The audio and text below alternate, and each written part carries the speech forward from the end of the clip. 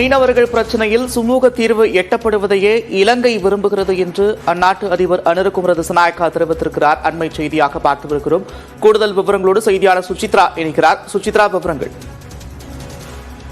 இலங்கை அதிபர் அனுரகுமார திசாநாயக்காவினுடைய முதல் ராஜாங்க ரீதியிலான பேச்சுவார்த்தை என்பது இன்று டெல்லியில் நடைபெற்றது குறிப்பிட்டது. பிரதமர் தலைமையிலான குழு என்பது இந்தியா சார்பாக பங்கேற்ற நிலையில் இந்திய வெளியுறவுத்துறை அமைச்சர் ஜெய்சங்கர் ஆகியோரும் அதில் பங்கேற்றனர். மிக முக்கியமாக மீனவர்கள் விவகாரம் குறித்து இந்த சந்திப்பின் பொழுது பேச்சுவார்த்தையின் பொழுது ஆலோசிக்கப்பட்டதாகவும் தற்பொழுது இரண்டு நாட்டு தலைவர்களும் தெரிவித்திருக்கிறார்கள். டெல்லியில் செய்தியாளர்களை சந்தித்த இருவருமே மீனவர்கள் விவகாரத்தை பொறுத்தளவில் ஒரு சுமூகமான தீர்வை எட்டப்பட வேண்டும் என்ற ஒரு வலியுறுத்தல் என்பது இன்றைய ஆலோசனையின் பொழுது முன்வைக்கப்பட்டுள்ளதாக தெரிவித்துள்ளார்கள்.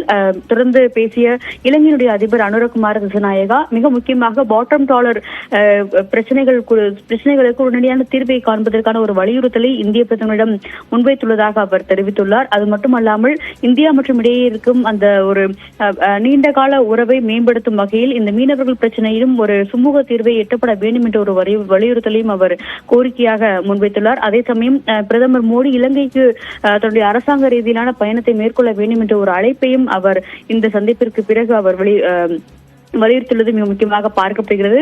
இந்தியாவை பொறுத்தளவில் ஏற்கனவே சுற்றுலா மேம்பாட்டிற்கான பல்வேறு திட்டங்கள் என்பது இந்தியா மற்றும் இலங்கை இடையே நடைபெற்று வருவது எனும் அந்த சமயத்தில் தலைமன்னார் மற்றும் ராமேஸ்வரம் இடையேயான அந்த படகு போக்குவரத்து என்பது விரைவில் தொடங்கும் என்ற ஒரு அறிவிப்பையும் பிரதமர் மோடி செய்துள்ளார். அதே போல மீனவர்களுடைய வாழ்வாதாரம் என்பது இரு நாடுகளுக்குமே ஒரு முக்கியமான பிரச்சனையாகும். அதில் நிச்சயமாக இரு நாடுகளும் பேசி ஒரு சுமூகமான தீர்வை எட்டும் என்ற ஒரு நம்பிக்கை உள்ளதாக பிரதமர் மோடியும் தான் பேசும் பொழுது வலியுறுத்தியுள்ளது மிக முக்கியமாக பார்க்கப்படுகிறது. 3 நாள் அரசுமுறை பயணமாக நேற்று இந்தியா வந்த அவர் இன்று காலை முதலே பல்வேறு அரசாங்க ரீதியிலான பேச்சுவார்த்தைகள் மற்றும் சந்திப்புகளில் அனுரகுமார திசாநாயகா ஈடுபட்டு வருவது மிக முக்கியமாக பார்க்கப்படுகிறது.